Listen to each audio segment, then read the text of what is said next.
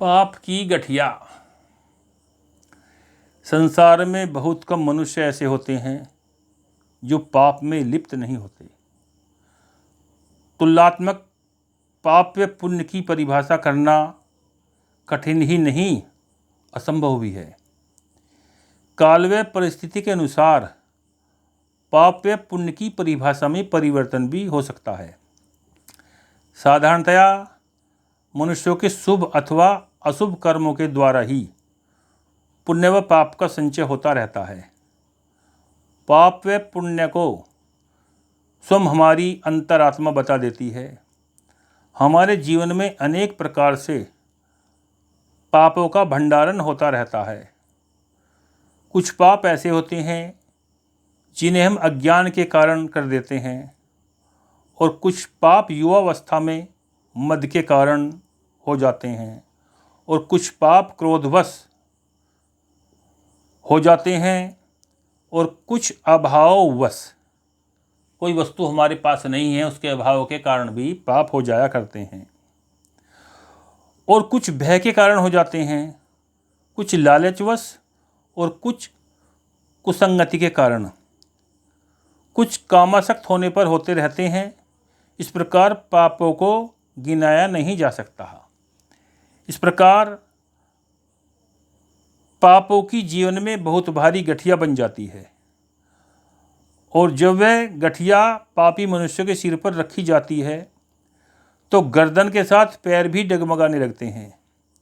यही पाप वर्तमान जीवन में मनुष्यों का दुर्भाग्य बनकर सामने प्रकट होते रहते हैं। यह भोग्य पाप इस जन्म के नहीं, पूर्व जन्मों के संचित पाप होते हैं। संचित पापों को विधि के अनुसार भोगना ही पड़ता है। वर्तमान जन्म में मनुष्य जो जैसा जैसा पाप करता है उसे गुप्त धन की तरह छुपा कर रखता रहता है, और जो मन व चित्त में सावधि खाते की तरह जमा रहते हैं, और मृत्यु के पश्चात यमपुरी में भगवान यमराज के सामने स्वयं ही प्रस्तुत हो जाते हैं।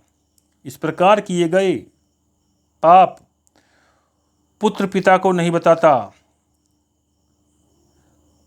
पत्नी पति को नहीं बताती, पुत्री माता को नहीं बताती, शिष्य गुरु को नहीं बताता, और मित्र मित्र से भी अपने पाप को छुपाता है। इसलिए कि बताने से संबंधों में विचार परिवर्तन हो जाएगा और कुछ संबंध बिगड़ भी सकते हैं। फिर ऐसे कौन बिरले स्त्री पुरुष हो सकते हैं जो पाप कर्म करने पर कह दे कि मैंने चोरी की है, मैंने अमुक व्यक्ति से अनैतिक संबंध बनाए थे, मैंने अमुक व्यक्ति को ठगा था, इत्यादि अनेक पाप कर्म हैं। इसके कारण पाप की गठरी का भार जीवन पर्यंत बढ़ता रहता है। अब बात ये आती है कि इस भारी वजनदार गठिया का वजन कम कैसे हो, अर्थात यह सिर से नीचे कैसे उतरे। सर्वप्रथम अपने किसी शुभ चिंतक अथवा गुरु से अपने जीवन के सब पाप कृत्यों को निसंकोच होकर बखान कर दें, और उन सब पापों के मार्जन का उपाय पूछकर प्रायश्चित करें। इस प्रकार प्रायश्चित करने से निसंदेह पाप समाप्त हो जाएंगे, क्योंकि पुराणों में सभी प्रकार के पाप कर्मों के लिए प्रायश्चित विधान बताया गया है। यह कार्य इतना सरल नहीं है, क्योंकि अगर किसी धर्मात्मा से भी अनजाने में कोई घोर पाप कर्म हो जाए तो वह भी अपने कृत्य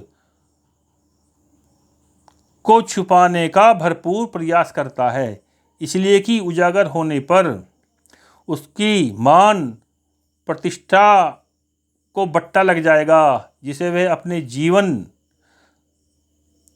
का सर्वोत्तम अर्जित धन मानता है, जो वास्तव में है नहीं। इसलिए पाप कर्मों के प्रायश्चित तथा ईश्वर कृपा के उद्देश्य से ही गुरु की शरण में जाना चाहिए, न कि धन व वैभव की इच्छा के लिए।